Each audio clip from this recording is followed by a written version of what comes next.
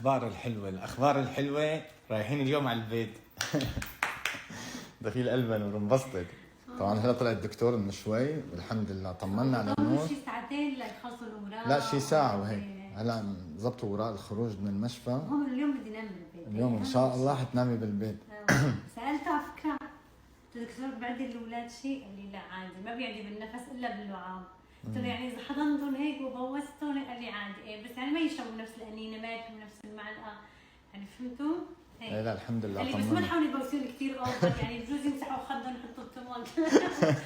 ضحكت قلت له احضر حجيب محرم مع الطرق ابوسه بوسه ولا بس يعني مش لا هو الافضل. ايه هو الافضل ايه بوساتك هذيك تبع الغدر. تغدرهم غدر. لا انا برايي ما كثير تقربي عليهم. بوسهم من ايدهم بالراس. ايه هيك عرفتي؟ او بوس على الطاير. عصام لا بدي اني بوسهم. بوس على الطاير.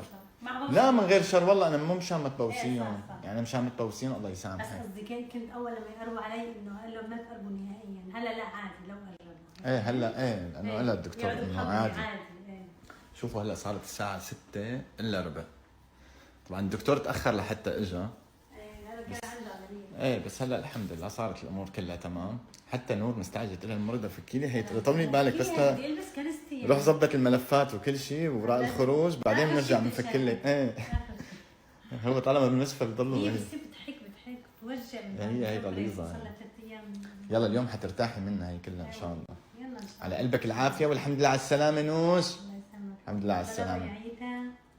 ان شاء الله بالعافيه يا رب. اليوم كمان لازم نجيب لك الدواء. بس ما بعرف كان الدكتور قال رح يعطونا الادويه هون هلا. ايه هيك اسمع. هلا بنشوف كيف.